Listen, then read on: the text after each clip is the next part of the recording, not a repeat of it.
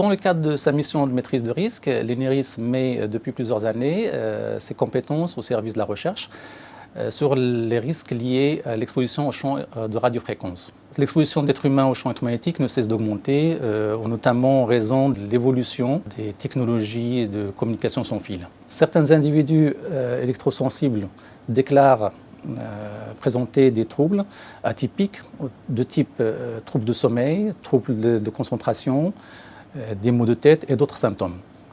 Ce syndrome a été classé en 2004 par l'OMS dans la famille des intolérances environnementales idiopathiques. Plusieurs études ont été déjà réalisées, mais aucun lien scientifique n'a été établi entre l'exposition au champ électromagnétique et l'apparition de ces symptômes. Ce trouble nécessite donc des recherches approfondies en termes de mécanistique et en termes de biomarqueurs. L'ENIRIS a lancé un programme de recherche appelé son CRF pour rechercher les marqueurs et les indices physiologiques chez les électrosensibles, mais qui sont objectifs. Comme il n'existe à ce jour aucun marqueur à ce syndrome, nos études ont exploré les grandes fonctions physiologiques susceptibles d'être affectées. Ceci par mesure de marqueurs endocriniens, circadiens et immunitaires. Et on fait ces mesures dans la salive et dans les urines. Les résultats indiquent que la majorité des indices et des marqueurs biochimiques étudiés ne sont pas perturbés chez les électrosensibles en l'absence d'exposition intentionnelle.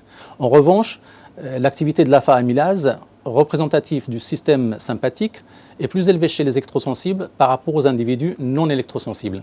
De plus, l'analyse de la réponse électrodermale représentative du système nerveux autonome montre une tendance à la différence dans les réponses aux stimulus sonores. Cependant, une exposition intentionnelle dans notre laboratoire aux 4 signaux de champ électromagnétique de radiofréquence, qui sont à savoir le GSM 800, 1800, DECT, c'est-à-dire le téléphone sans fil dans les bureaux, et le Wi-Fi. Donc une exposition à tous ces signaux ne montre aucune modification des marqueurs biochimiques ni des indices physiologiques chez les électrosensibles. En conclusion, les données récoltées suggèrent une modification éventuelle de l'état d'équilibre du système nerveux autonome chez les électrosensibles en conditions de base.